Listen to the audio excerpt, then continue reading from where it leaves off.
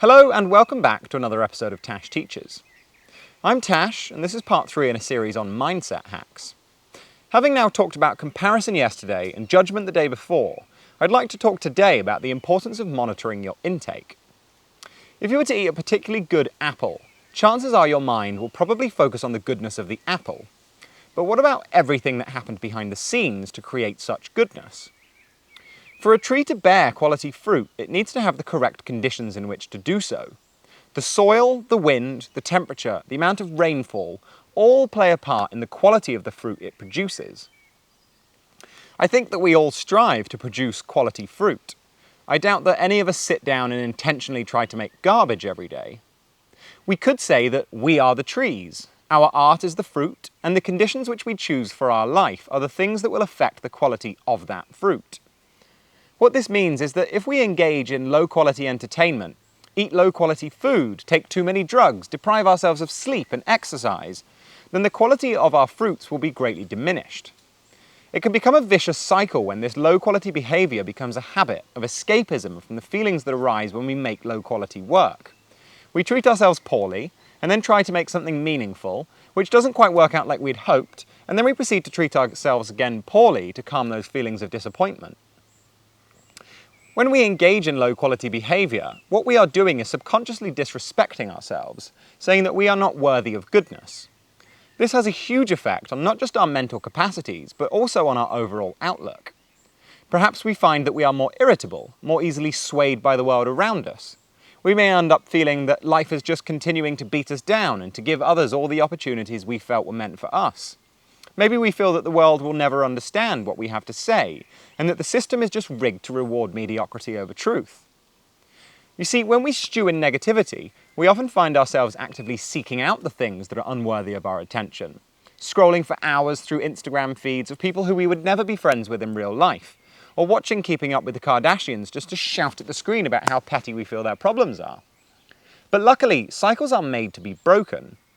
All it takes is to one day wake up early and go for a walk in a park nearby, listening to the birds and watching real life unfold all around us. When we come home, maybe we then tidy our bedroom and air out the studio. Instead of sitting on our phones that evening, we could choose to read an inspiring book. Rather than staying up late watching video after video on YouTube, we could turn off all of our electronics and have a candlelit bubble bath. In order to create beauty and harmony, we must first choose to seek it always in the world around us. We must know it to create it. When we break out of the insidiously harmful behaviour patterns we so often find ourselves falling into, we get a brief insight into how things could be. We start to feel vast amounts of light where before all we felt was darkness. We no longer feel the need to criticise people or feel hard done by the circumstances life places before us. But most importantly, we begin to make art not to escape reality, but to express it in all of its glory. So let's condense this all down into something worth contemplating. The saying, "you are what you eat," springs to mind, but we could take it a step further and say that you make what you eat too. I don't solely mean eat as in the foods we fill our stomachs with, but the concepts and ideas we fill our minds with, and the actions and reactions we fill our lives with. The quality of the work we produce is inextricably linked to the quality of the life that we choose to live. We could say that there are no problems in art, merely problems in the individual that are reflected in our art. Art does not wish to be elusive or difficult. It just wants to express itself through us.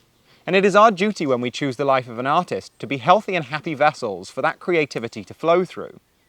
So close your laptop, put down your phone and have a think about if there are any aspects of your life that you could modify to produce higher quality conditions for your work. Be honest with yourself about whether there are behaviours that you engage in that you know deep down you would prefer not to, and then change them. Bit by bit, building yourself up towards the sky to be the person that makes the high-quality work that you so wish to create. You are the champion of your destiny, but if you're not careful, you can just as easily be the catalyst of your demise. The fruits of a tree are only as good as the conditions it grows in, but unlike trees, we have the power to change those conditions ourselves and produce better and better fruits with each coming season. As always, happy Wednesday and happy creating.